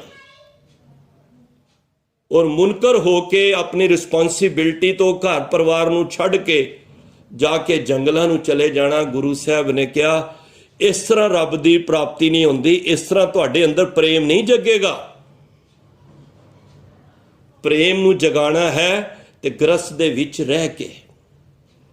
ਕਾਹੇ ਰੇ ਬਨ ਖੋਜਨ ਜਾਈ ਸਰਬ ਨਿਵਾਸੀ ਸਦਾ ਅਲੇਪਾ ਤੋਹੀ ਸੰਗ ਸਮਾਈ। ਹੱਦ ਹੋ ਗਈ ਏ। ਕੋਈ ਚੀਜ਼ ਤੁਹਾਡੇ ਘਰੋਂ ਗਵਾਚ ਜਾਏ ਤੇ ਤੁਸੀਂ ਪੜੋਸੀਆਂ ਦੇ ਘਰ ਬਾਹਰ ਜਾ ਕੇ ਲੱਭਦੇ ਹੋਵੋ ਤੇ ਮੈਂ ਸਮਝਾਂਗਾ ਤੁਹਾਡੇ ਵਰਗਾ ਮੇਰੇ ਵਰਗਾ ਮੂਰਖ ਕੋਈ ਨਹੀਂ ਹੋਏਗਾ। ਮਹਾਰਾਜ ਕਹਿੰਦੇ ਕਾਹੇ ਰੇ ਬਨ ਖੋਜਨ ਜਾਈ। ਕਿਉਂ ਵਨਾਂ 'ਚ ਖੋਜਣ ਜਾ ਰਹੇ ਆ? ਸਰਬ ਨਿਵਾਸੀ ਉਹ ਪਰਮਾਤਮਾ ਦੇ ਸਾਰਿਆਂ ਦੇ ਵਿੱਚ ਹੈ। ਸਦਾ ਲੇਪਾ ਉਹ ਸਾਰਿਆਂ ਦੇ ਵਿੱਚ ਹੈ। ਤੋਹੀ ਸੰਗ ਸਮਾਈ। ਅਰੇ ਭਲਿਆ ਤੇਰੇ ਅੰਦਰ ਹੀ ਸਮਾਇਆ ਹੋਇਆ ਹੈ। ਹੁਣ ਅੰਦਰ ਜਿਸ ਦੇ ਹੋਵੇ ਤੇ ਉਹ ਬਾਹਰ ਢੂੰਡਣ ਦਾ ਉਪਰਾਲਾ ਕਰ ਰਿਹਾ ਹੋਵੇ ਉਹਦੇ ਅੰਦਰ ਪ੍ਰੇਮ ਨਹੀਂ ਜਗੇਗਾ। ਤਾਂ ਗੁਰੂ ਸਾਹਿਬ ਕਹਿੰਦੇ ਨੇ ਇਸ ਕਰਕੇ ਨਾ ਤੁਸੀਂ ਤੀਰਥਾਂ ਤੇ ਜ਼ੋਰ ਦੇਵੋ, ਨਾ ਤੁਸੀਂ ਬਗਲੇ ਦੀ ਨਿਆਈ ਐਸਾ ਕੋਈ ਭੇਖ ਨਾ ਧਾਰਨ ਕਰੋ। ਮਾਥੇ ਤਿਲਕ ਹੱਥ ਮਾਲਾ ਬਾਣਾ ਲੋਗਨ ਰਾਮ ਖਿਲੋਣਾ ਜਾਣਾ। ਕੋਈ ਰਾਮ ਆਣਾ ਨਹੀਂ ਹੈ, ਤੁਸੀਂ ਉਹਨੂੰ ਖਿਲੋਣਾ ਸਮਝ ਕੇ ਖੇਡ ਰਹੇ ਹੋ ਭਾਈ। ਕੋਈ ਰਾਮ ਕੋਈ ਪਰਮਾਤਮਾ ਕੋਈ ਖਿਲੋਣਾ ਥੋੜੀ ਹੈ। ਪਰਮਾਤਮਾ ਤੇ ਇੱਕ ਸ਼ਬਦ ਰੂਪ ਹੈ ਜਿਹਦੇ ਵਿੱਚ ਅੰਤਰ ਆਤਮੇ ਉਤਾਰਨਾ ਸੀ। ਅਸੀਂ ਤੇ ਉਸ ਨਾਲ ਖੇਡਣ ਦਾ ਇੱਕ ਮਖੌਲ ਬਣਾ ਲਿਆ। ਕਈਆਂ ਨੇ ਐਸੇ ਐਸੇ ਭੇਖ ਧਾਰ ਕਰ ਲਏ, ਜਟਾਂ ਰੱਖ ਲੀਆਂ, ਕਈ ਸ਼ੀਲੇ ਕੱਟੇ ਕਰਨ ਲੱਗ ਪਏ, ਕਈ ਭੁੱਖੇ ਰਹਿਣ ਲੱਗ ਪਏ, ਕਈ ਨੰਗੇ ਪੈਰੀ ਜਾਣ ਲੱਗ ਪਏ। ਕਈਆਂ ਨੇ ਨਿਮਕ ਕਰ ਸਰੀਰ ਕਟਾਵੇ ਟੋਪੀ ਹੋਮੇ ਮੈਲ ਨਾ ਜਾਵੇ। ਉਹ ਮਹਾਰਾਜ ਕਹਿੰਦੇ ਨੇ ਤੁਹਾਨੂੰ ਕੁਝ ਕਰਨ ਦੀ ਲੋੜ ਨਹੀਂ ਸੀ। ਤੁਸੀਂ ਘਰ ਬੈਠੇ ਹੀ ਗੁਰੂ ਨੂੰ ਧਿਆ ਸਕਦੇ ਸੀ। ਘਰ ਬੈਠੇ ਗੁਰੂ ਧਿਆਵੋ ਵਾਲੀ ਗੱਲ। ਤਾਂ ਮਹਾਰਾਜ ਕਹਿੰਦੇ ਨੇ ਤਿੰਨੋਂ ਕਾਰਨਾਂ ਕਰਕੇ ਤੁਹਾਡੇ ਅੰਦਰ ਪ੍ਰੇਮ ਨਹੀਂ ਹੈ।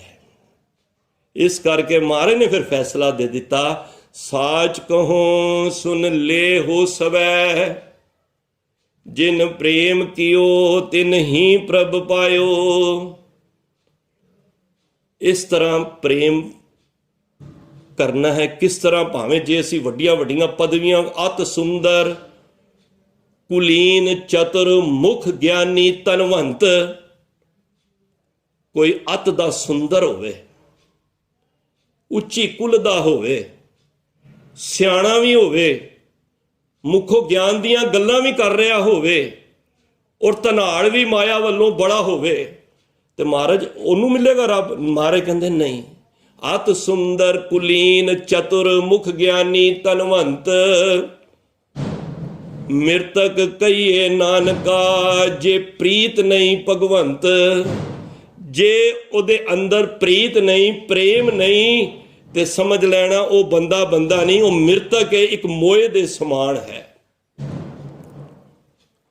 ਪ੍ਰੇਮ ਪਾਉਣ ਦੇ ਢੰਗ ਹੋਰ ਨੇ। ਮਹਾਰਾਜ ਨੇ ਗੁਰਬਾਣੀ ਵਿੱਚ ਬੜੀ ਜਗ੍ਹਾ ਉਦਾਹਰਨ ਦਿੱਤੇ ਨੇ ਪ੍ਰੇਮ ਕਿਵੇਂ ਪਾਓ। ਦੇਖੋ ਪਹਿਲਾ ਸ਼ਲੋਕ ਗੁਰੂ ਤੇਗ ਬਹਾਦਰ ਬਾਬਾ ਜੀ ਦਾ ਜਦੋਂ ਪੜ੍ਹਦੇ ਹੋ, ਗੁਣ ਗੋਬਿੰਦ ਗਾਇਓ ਨਹੀਂ, ਕਿਸ ਤਰ੍ਹਾਂ ਪ੍ਰੇਮ ਕਰਨਾ ਹੈ। ਜਨਮ ਅਕਾਰਤ ਕੀਨ ਕੋ ਨਾਨਕ ਹਰ ਭਜ ਮਨਾ ਜਿਹ ਬਿਦ ਜਲ ਕੋ ਮੀਨ। ਮਹਾਰਾਜ ਨੇ ਉਦਾਹਰਨ ਦਿੱਤਾ ਹੈ।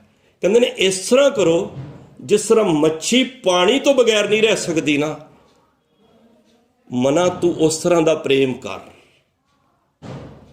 ਹੁਣ ਮੱਛੀ ਨੂੰ ਕੋਈ ਸਿਆਣਾ ਬੰਦਾ ਜਾ ਕੇ ਕਵੇ ਤੂੰ ਪਾਣੀ ਛੱਡ ਕੇ ਇਸ ਤਰ੍ਹਾਂ ਕਰ, मैं तैनूं सोने का घर वधिया सोहना घर दे देनी आ, सोहनी घाह लगा दांगी, मैं तैनूं खाण वास्ते हर चीज़ देवांगी, पर पानी ना नाता तोड़ दे।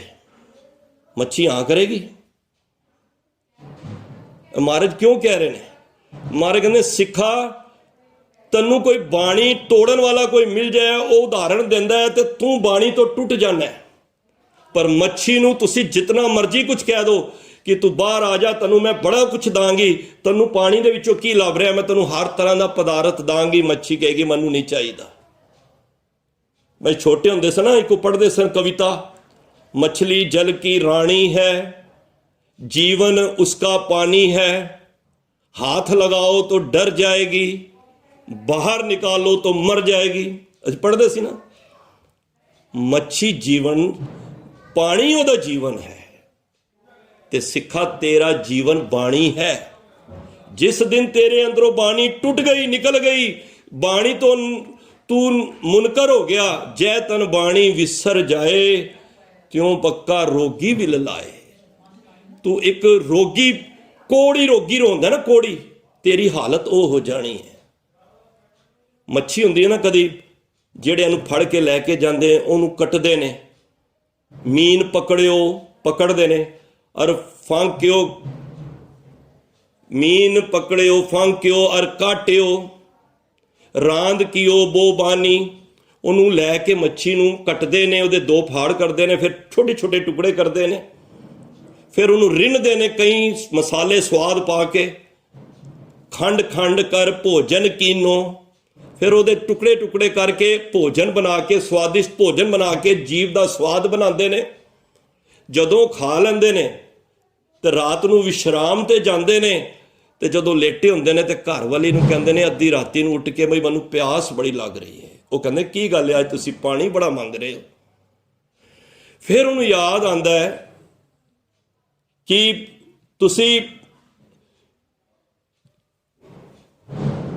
राती मच्छी खाधी, उस करके तुहानूं प्यास लग गई। रांद रांद कर भोजन कीनो, खाण खाण कर भोजन कीनो, तऊ ना बिसरियो पानी। इस करके तुहानूं पानी तुसीं मंगदे पे हो। कहण तो मुराद मच्छी मरण तो बाद कट कट के भी जे उसनूं रंध के भी, बना के रिंझ के भी उन्होंने कोई खांदा है, तो मच्छी का संबंध पानी दे नाल इतना हुंदा है। ते सिखा जे तैनूं जीवन मिलिया ते तू ही बाणी नाल इतना प्यार कर लै, जिस तरह भाई मती दास जी जी ने कीता सी। आरे चल गया, पर वह बाणी सी ना जिहड़ी, वो मच्छी दी न्याई इस तरह अंदर गई हुई सी कि दो फाड़ शरीर दे होण तो बाद भी उन्हां दी रसना दे विचों, उन्हां उस दोनों फाड़ां दे विचों आवाज आ रही सी, जिन्नी नाम ते आया गए मुशक्कत काल, नानक ते मुख उजले केती छुट्टी नाल। इस तरह कर प्यार, जिस तरह गुरु साहब कहते हैं, ज्यों मछली बिन पाणीए क्यों जीवन पावे। जिस तरह मच्छी पानी तो बगैर किवें जीवन उन्होंने मिल सकता है, सिखा तेरी भी हालत उवें होवे। बूंद विहूना चातरिको क्यों कर तृपतावै। चातरक पपीहा हुंदा ना जिहड़ा, वो एक स्वांती बूंद वास्ते तरसदा हुंदा है। ये उदाहरण दिते ने, 4 उदाहरण गुरु साहब ने। की कह रहे ने कि एक जिहड़ा पपीहा पक्षी हुंदा है ना, ਉਹਦੀ ਜਿਹੜੀ ਚੁੰਝ ਹੁੰਦੀ है ना, नोक, वो इस तरह कदर दी बनाई है गुरु साहब परमात्मा वालों कि वो समुंदर ते रहिंदा, पर वो समुंदर का पानी पी नहीं सकता। तो स्वांती बूंद वास्ते परमात्मा दे कोल रोज़ अरदासां करदा है कि कदों मेघ बरसे ते उस बूंद नाल मैं अपनी प्यास बुझावां।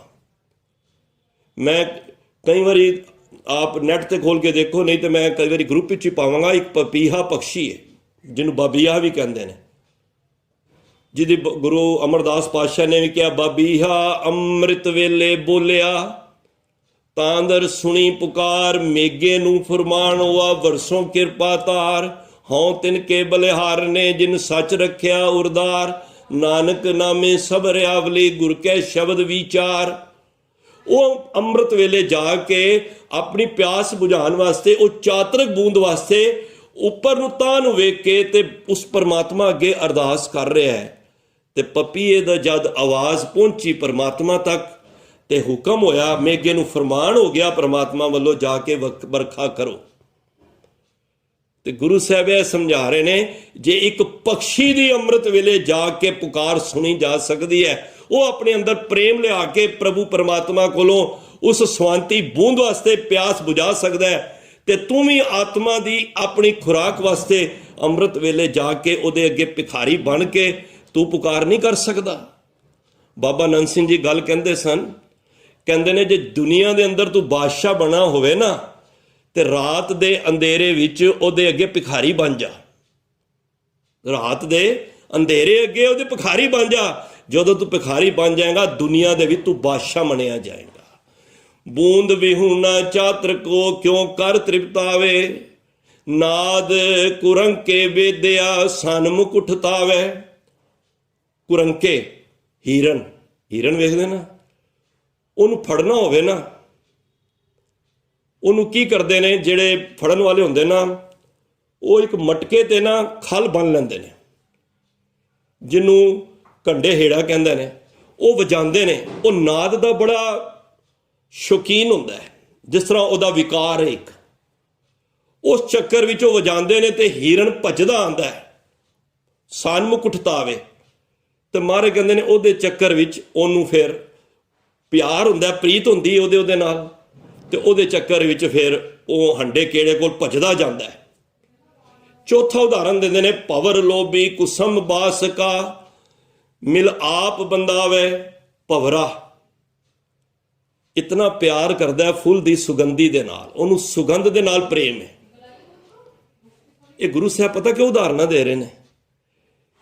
ਇੱਕ ਛੋਟੇ ਛੋਟੇ ਪਕਸ਼ੀ ਦੀ, ਜਾਨਵਰ ਦੀ ਦੇ ਕੇ ਸਾਨੂੰ ਸਮਝਾਉਣਾ ਚਾਹ ਰਹੇ ਨੇ ਕਿ ਜੇ ਉਹਨਾਂ ਦੀ ਪ੍ਰੀਤ ਹੈ, ਉਹ ਆਪਣਾ ਆਪ ਮੇਟ ਦਿੰਦੇ ਨੇ ਉਹਦੇ ਵਿੱਚ।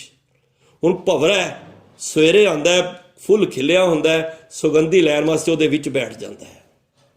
ਉਹਨੂੰ ਇੰਨਾ ਹੀ ਨਹੀਂ ਪਤਾ ਹੁੰਦਾ ਕਿ ਸ਼ਾਮ ਹੋਣੀ ਹੈ ਤੇ ਇਸ ਫੁੱਲ ਦੀਆਂ ਪੰਖੜੀਆਂ ਬੰਦ ਹੋ ਜਾਣੀਆਂ ਨੇ, ਉਸ ਬੰਦ ਦੇ ਵਿੱਚ ਮੇਰੀ ਮੌਤ ਵੀ ਹੋ ਜਾਣੀ ਹੈ, ਪਰ ਉਸ ਮੌਤ ਦੀ ਪਰਵਾਹ ਨਹੀਂ ਕਰਦਾ। ਉਹ ਸੁਗੰਧ ਦਾ ਇਤਨਾ ਸ਼ੌਕੀਨ ਹੁੰਦਾ ਹੈ, ਇਤਨਾ ਉਹਦੇ ਅੰਦਰ ਸੁਗੰਧ ਲੈਣ ਦੀ ਇੱਕ ਚਾਹਤ ਹੁੰਦੀ ਹੈ। ਹੁੰਦਾ ਕੀ ਹੈ, ਉਹ ਲੋਭੀ ਤੋਂ ਭਾਵ ਕਿ ਉਹਨੂੰ ਆਸ਼ਕੀ ਹੁੰਦੀ ਹੈ ਉਹਦੇ ਨਾਲ। ਜਿਸ ਤਰ੍ਹਾਂ ਸਾਨੂੰ ਕਈ ਵਿੱਚ ਵੀਰ ਭੈਣ ਬੈਠੇ ਹੋਣਗੇ ਜਿਨ੍ਹਾਂ ਨੂੰ ਰੱਬ ਦੇ ਨਾਮ ਦੀ, ਪਿਆਰ ਦੀ ਆਸ਼ਕੀ, ਜਿਹਨੂੰ ਆਸ਼ਿਕ ਕਹਿੰਦੇ ਨੇ, ਜਿਸ ਤਰ੍ਹਾਂ ਲੈਲਾ ਮਜਨੂ ਵਾਲੀ ਆਸ਼ਕੀ।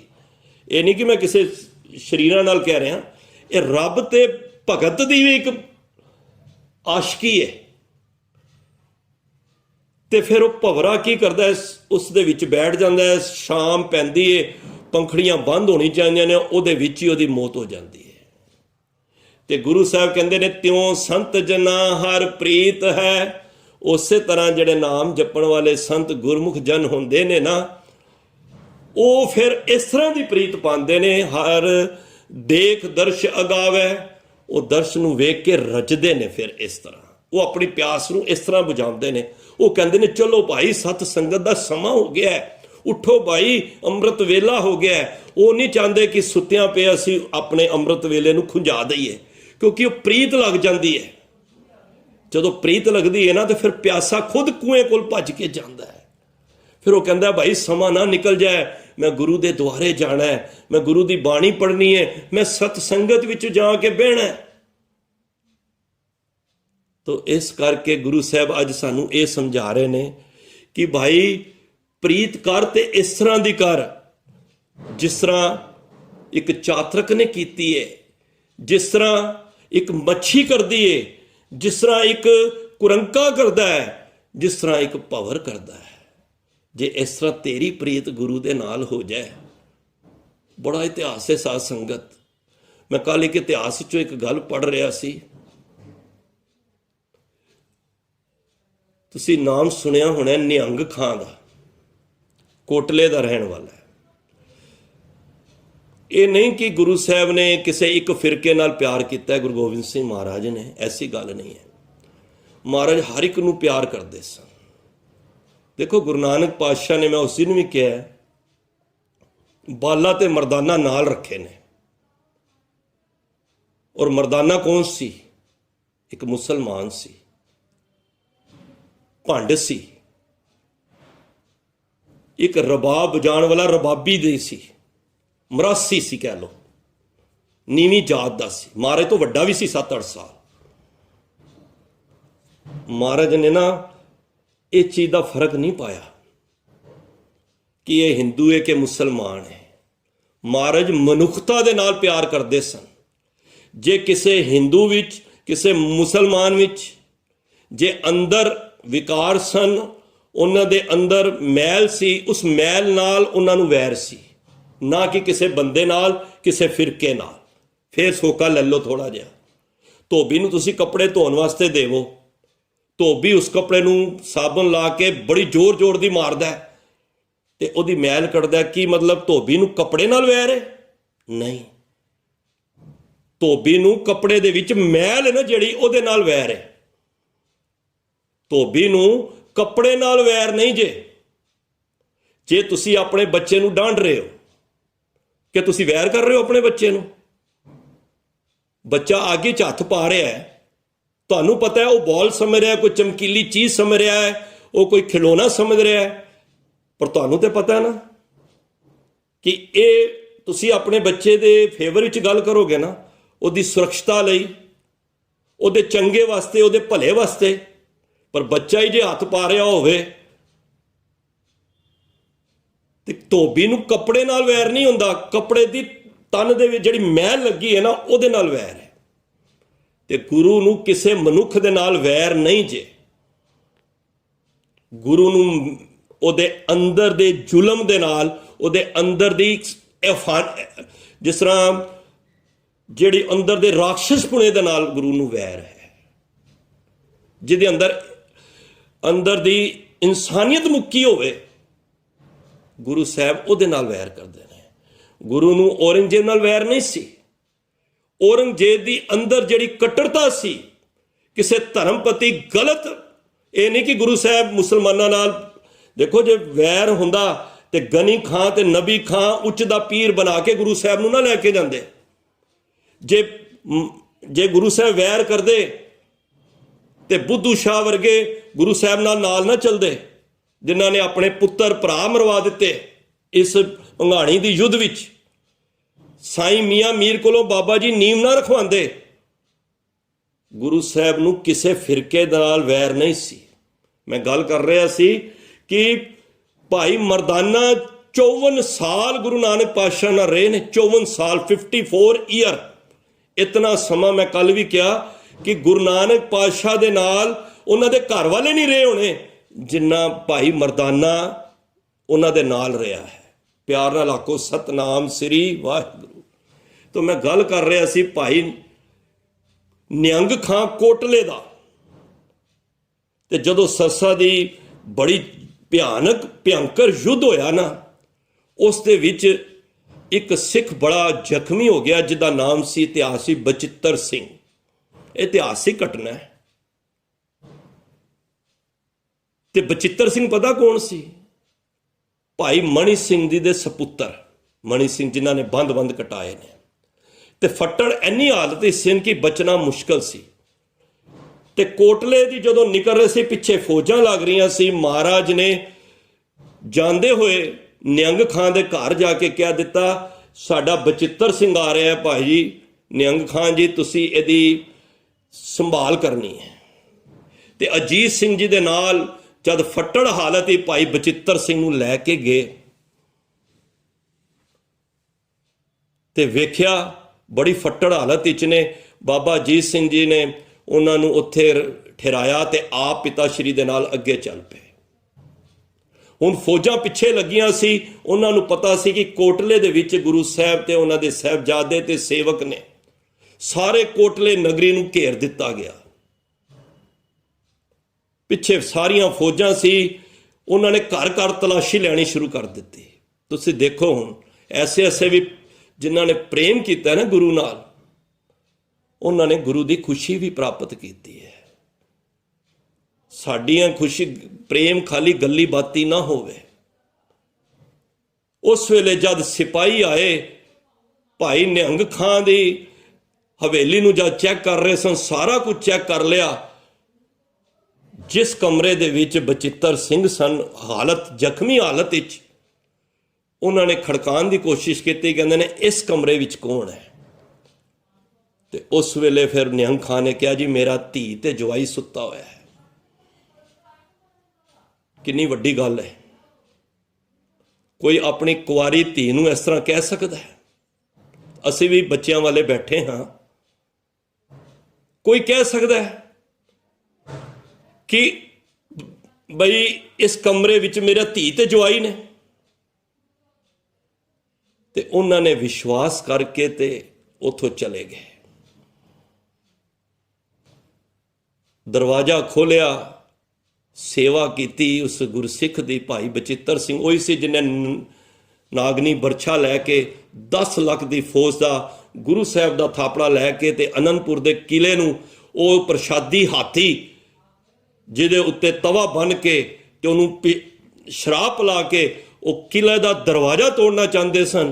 ते महाराज ने इस जो पतला दुबला पर अंदर आत्मक अडोलता सी, गुरबाणी की बख्शिश सी, सिमरन सी, महाराज का थापड़ा लैके उस 10 लाख की फौज नूं भाजड़ा पा दित्तियां। जिहड़ा वो नागनी बरछा अज भी आनंदपुर साहब तुहानूं दर्शन करने मिल जाणगे, केसगढ़ साहब। ते ओ भाई बचित्तर सिंह फिर जब वो चले गए, राती सिया हुई, सवेरे 4:30 होए ते अकाल चलाना कर गए। हुण मैं एक गल इत्थे कहां, जब 4:30 बजे होए, उन्हें 2-4 नाल दे बंदे बुलाए। भाई बचित्तर सिंह नूं घर दे कोल खूह सी, उत्थे करके उहदा संस्कार किया। हालांकि मुसलमान दफनांदे ने, उन्हां दी एक मर्यादा है, तो किसी नूं साड़दे नहीं ने, पर उन्हें गुरु का कहा कि गुरु का सिख है, गुरु की मर्यादा के हिसाब नाल गल होएगी। ये सिख धर्म का है, इसका संस्कार होगा। क्योंकि सिख धर्म विच ये वे कि बच्चा छोटा होवे उन्होंने जल प्रवाह किया जाए, तो जे कोई वड्डा है उन्होंने अगन भेंट किया जाए। अजकल ये भी आ गया है कि जो इलैक्ट्रिक भी है वो भी ठीक है, पर दफनान की प्रथा नहीं है। चलो वो तो एक अलग मैटर है। उस वेले उन्होंने दफना दिता। हुण जद कुछ दिन बीते, वो मंगी हुई सी ओदी कुड़ी मुमताज निहंग खां दी, ते उन्हें क्या पुत्री नूं मुमताज, हुण तू तेरा निकाह है ते तू हुण तैयारी कर लै कपड़ियां दी, क्योंकि हुण तेरा कुछ दिनों बाद निकाह है। कहंदे हुण मैं निकाह नहीं कराना। निहंग खां कहंदा क्यों नहीं कराना, हुण की है? कहंदा मैं मन करके भाई बचित्तर सिंह नूं अपना पति मान लिया। तुसीं कहा सी ना अंदर मेरे धी ते जवाई सुते ने। इहनूं कहंदे ने सिदक। बड़ा औखा काम जे। अज साडे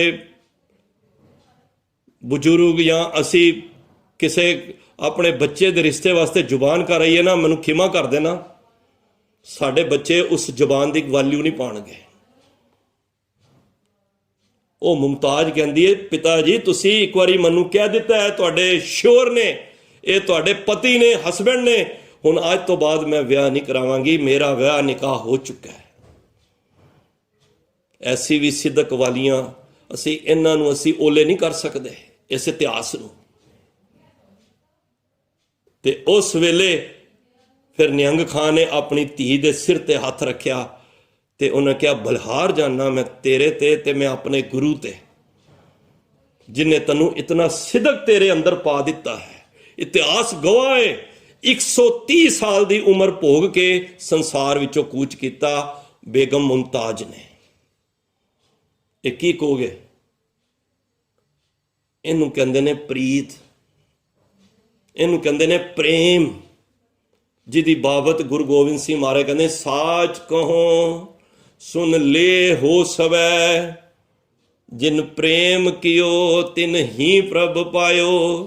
जिन्हां ने भाई प्रभु परमात्मा नाल प्रेम कर लिया वो सच जानियो प्रेम दे रंग विच परमात्मा, क्योंकि रब है ना जड़ा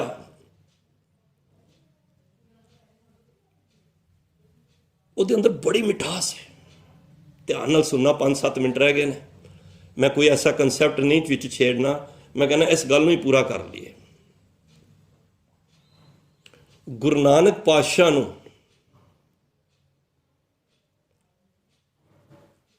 ਸਾਰਾ ਕੁਝ ਸੰਸਾਰ ਦਾ ਸਰਬ ਗੁਣ ਸੀ। ਇੱਕ ਗੱਲ ਗੁਰੂ ਨਾਨਕ ਨੂੰ ਨਹੀਂ ਆਉਂਦੀ ਸੀ। ਤੁਸੀਂ ਪੁੱਛੋਗੇ ਕੀ? ਗੁਰੂ ਸਾਹਿਬ ਸਭ ਕੁਝ ਜਾਣਦੇ ਸਨ, ਪਰ ਇੱਕ ਗੱਲ ਗੁਰੂ ਵੀ ਨਹੀਂ ਜਾਣਦਾ ਸੀ। ਗੁਰੂ ਅੰਦਰ ਮਿਠਾਸ ਬੜੀ ਸੀ। ਪੜ੍ਹਦੇ ਹੋ ਨਾ ਸ਼ਬਦ, ਮਿੱਠ ਬੋਲੜਾ ਜੀ ਹਰ ਸੱਜਣ ਸੁਆਮੀ ਮੋਰਾ, ਹੋ ਸੰਭਲ ਥੱਕੀ ਜੀ। ਇਹਦਾ ਭਾਵ ਹੈ ਕਿ ਮੈਂ ਇਹਨਾਂ ਨੂੰ ਪਰਖ ਕੇ ਵੇਖ ਚੁੱਕੀ ਹਾਂ। ਤੁਹਾਨੂੰ ਕੋਈ ਪਰਖਣ ਦੀ ਲੋੜ ਨਹੀਂ।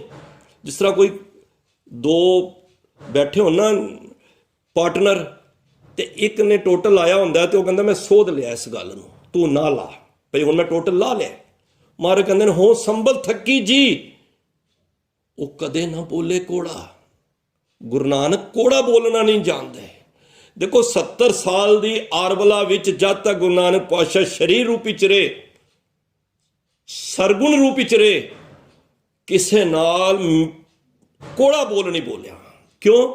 ਕਿਉਂਕਿ ਕੋੜਾ ਬੋਲ ਨਾ ਜਾਣੈ ਪੂਰਨ ਭਗਵਾਨੇ, ਔਗਣ ਕੋ ਨਾ ਚਿਤਾਰੇ। ਪਤਾ ਕਿਉਂ ਨਹੀਂ ਜਾਣਦੇ ਸੀ ਕੋੜਾ ਬੋਲਣਾ? ਕਿਉਂਕਿ ਉਹ ਕਿਸੇ ਦੇ ਔਗਣ ਨਹੀਂ ਚਿਤਾਰਦੇ ਸਨ, ਕਿਸੇ ਦਾ ਗੰਧ ਨਹੀਂ ਫਰੋਲਦੇ ਸਨ।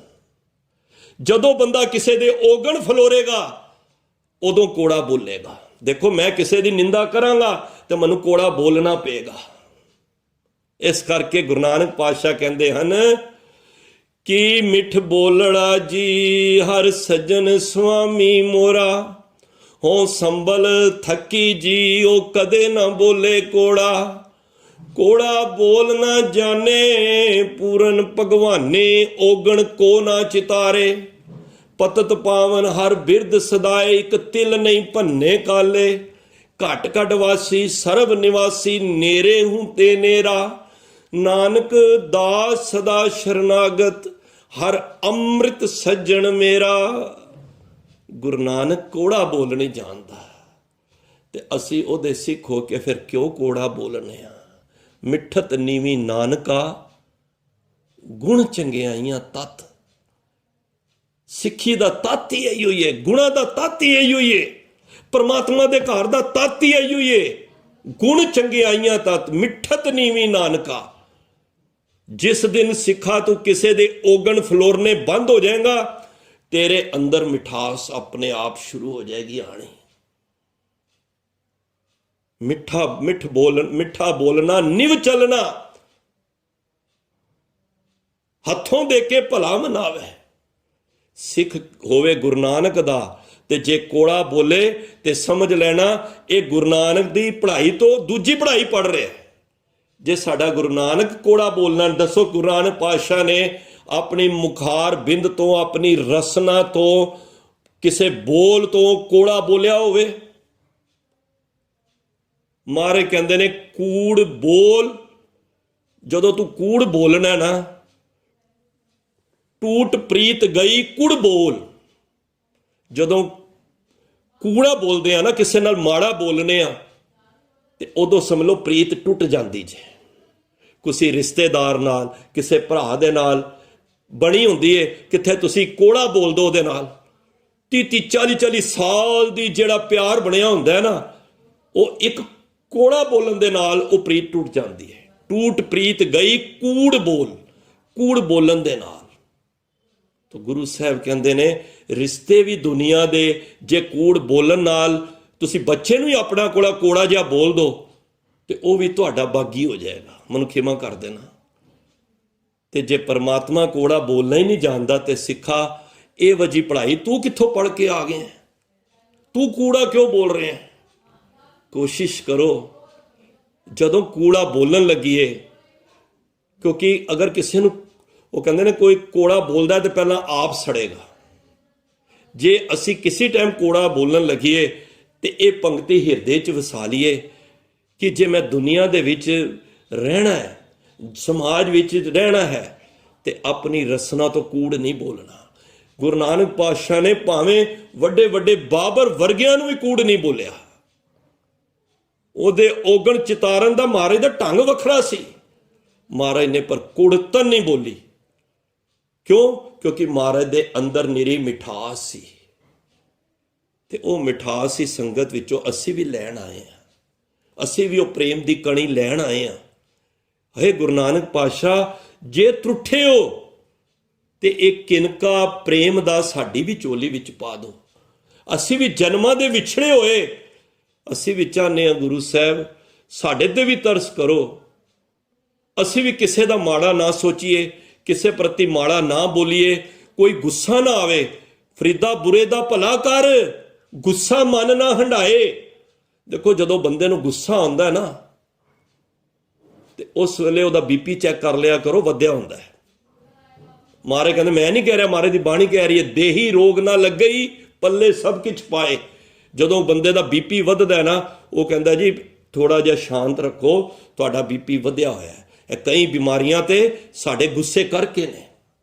ਤੇ ਗੁਰੂ ਸਾਹਿਬ ਨੇ ਸਾਰੀਆਂ ਬਿਮਾਰੀਆਂ ਦੇ ਇਲਾਜ ਨਾਲ ਨਾਲ ਦੱਸਦੇ ਪਏ ਨੇ। ਕਹਿੰਦੇ ਦੇਹੀ ਰੋਗ ਨਾ ਲੱਗਈ ਪੱਲੇ ਸਭ ਕੁਝ ਪਾਏ। ਤੈਨੂੰ ਇਹ ਦੇਹ ਦੇ ਅੰਦਰ ਰੋਗ ਨਹੀਂ ਲੱਗੇਗਾ ਜਦ ਬੁਰੇ ਦਾ ਵੀ ਭਲਾ ਕਰੇਗਾ। ਦੇਖੋ ਚੰਗਿਆਈ ਵਾਸਤੇ ਸਾਰੇ ਚੰਗੇ ਕਰਦੇ ਨੇ, ਕਿਸੇ ਬੁਰੇ ਦਾ ਵੀ ਭਲਾ ਸੋਚਣਾ ਇਹ ਬੜੀ ਉੱਚ ਅਵਸਥਾ ਦੀ ਗੱਲ ਹੈ। ਤਾਂ ਹੀ ਗੁਰੂ ਨਾਨਕ ਦੇ ਘਰ ਵਿੱਚ ਅਰਦਾਸ ਹੁੰਦੀ ਹੈ ਨਾ। ਇੱਕ ਜਗ੍ਹਾ ਤੇ ਮੈਨੂੰ ਯਾਦ ਹੈ, ਕਿੱਥੇ ਕਿਸੇ ਨੇ ਬੜਾ ਮਾੜਾ ਕੀਤਾ 4-5 ਸਿੱਖ ਨੌਜਵਾਨਾਂ ਨਾਲ, ਤੇ ਉੱਥੇ ਗਏ ਤੇ ਬੜੀ ਪੜਤਾਲ ਹੋਈ। ਕਹਿੰਦੇ ਅਰਦਾਸ ਕਰੋ ਇਹਨਾਂ ਦਾ ਮਲੀਆ ਮੇਟ ਹੋ ਜਾਏ। ਮੈਂ ਕਿਹਾ ਨਹੀਂ ਜੀ, ਗੁਰੂ ਨਾਨਕ ਦਾ ਘਰ ਹੈ, ਇੱਥੇ ਤੇ ਅਰਦਾਸ ਜੇ ਮੈਂ ਉਹਨਾਂ ਦਾ ਮਾੜਾ ਵੀ ਕਹਾਂਗਾ, ਅਖੀਰ ਵਿੱਚ ਮੈਨੂੰ ਕੀ ਕਹਿਣਾ ਪਏਗਾ? ਨਾਨਕ ਨਾਮ ਚੜ੍ਹਦੀ ਕਲਾ ਤੇਰੇ ਭਾਣੇ ਸਰਬਤ ਦਾ ਭਲਾ। ਮੇਰੀ ਕੀਤੀ ਅਰਦਾਸ ਗੁਰੂ ਸਾਹਿਬ ਆਪ ਹੀ ਕੱਟ ਰਹੇ ਨੇ, ਫਿਰ ਕੱਟ ਦੇਣਗੇ। ਬਈ ਮੈਂ ਤੇ ਸਰਬਤ ਦਾ ਭਲਾ ਮੰਗ ਰਿਹਾ। ਜੇ ਸਰਬਤ ਦਾ ਭਲਾ ਮੰਗੋਗੇ, ਹਾਂ ਇਹ ਅਰਦਾਸ ਹੋ ਸਕਦੀ ਹੈ। ਗੁਰੂ ਸਾਹਿਬ ਉਹਨਾਂ ਦੀ ਜਿਹੜੀ ਭੈੜੀ ਮੱਤ ਹੈ ਨਾ, ਉਹਨਾਂ ਨੂੰ ਚੰਗੀ ਮੱਤ 'ਚ ਕਨਵਰਟ ਕਰ ਦਿਓ। ਜਿਸ ਤਰ੍ਹਾਂ ਤੁਸੀਂ ਸਾਨੂੰ ਇਹ ਸੋਝੀ ਦਿੱਤੀ ਹੈ ਚੰਗੇ ਮਾੜੇ ਦੀ ਪਰਖਣ ਦੀ, ਇਹ ਗਿਆਨ ਉਹਨਾਂ ਨੂੰ ਵੀ ਦੇ ਦਿਓ, ਤੇ ਫਿਰ ਗੱਲ ਤੇ ਬਣ ਜਾਏਗੀ। ਤਾਂ ਗੁਰੂ ਸਾਹਿਬ ਅੱਜ ਇਹੀ ਸਮਝਾ ਰਹੇ ਨੇ कि साच कहो सुन ले हो सबै। सारे सुन लो दुनिया दे लोगों, कोई भी भावें कोई पारसी है, कोई क्रिश्चन है, कोई इस्लाम धर्म नाल संबंधित है, मनुखता दे लई कहंदे पे ने, खलकत वास्ते कह रहे ने। साच कहो सुन ले हो सबै, जिन प्रेम कियो तिन ही प्रभ पायो। क्योंकि गुरु दी परमात्मा दी भाषा ही प्रेम है। हुणे पढ़ के आए हैं ना, भाख्या भाओ अपार। भाख्या हुंदी भाषा, भाख तो भाषा बनी है। भाषा भाओ, परमात्मा की भाषा की है प्रेम की। मैं कहना 10 लैंग्वेज सीखो, भावें इंग्लिश सीखो, पर्शियन सीखो, जर्मनी सीखो, कोई भी लैंग्वेज सीखो, पर जे विच प्रेम की भाषा नहीं सीखांगे, ये सारिया लैंग्वेज बेकार ने। भावें पंजाबी सीख लो, भावें हिंदी सीख लो, जे इहदे विच प्रेम की जिहड़ी भाषा है ना, वो परमात्मा की भाषा है, जिहदे नाल असीं उस दरगाह दे विच जाना है। भावें हिंदी सीखो, भावें पंजाबी सीखो, भावें उर्दू सीखो, भावें इंग्लिश सीखो, जे उस भाषा दे विच प्रेम भाषा नहीं है, सब भाषा बेकार ने। तो गुरु साहब ने समझा दिता कि भाई जिन प्रेम कियो तिन ही प्रभ पायो। गुरु महाराज बख्शिश करन, जो कुछ भी गुरु साहब ने मुख तो कढ़वाया है, किनका असी भी वसा लीए। और कई बेअंत भुल्लां मन की साड़ी मेरी गैर हाजिरी करके हुई ने। गुरु बख्शण योग है, बख्श देगा।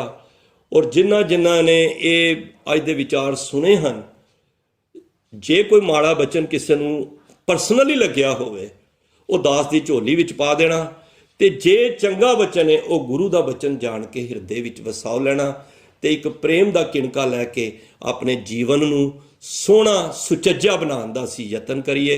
भुल्लां चुकां दी खिमा।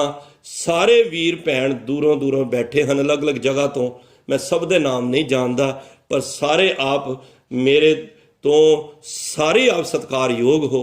मैं इतना ही कहूँगा कि आपने सारिਆਂ ने असीस देनी है। फतेह दी सांझ करके आओ, फतेह दी सांझ करिए। वाहिगुरु जी का खालसा, वाहिगुरु जी की फतेह।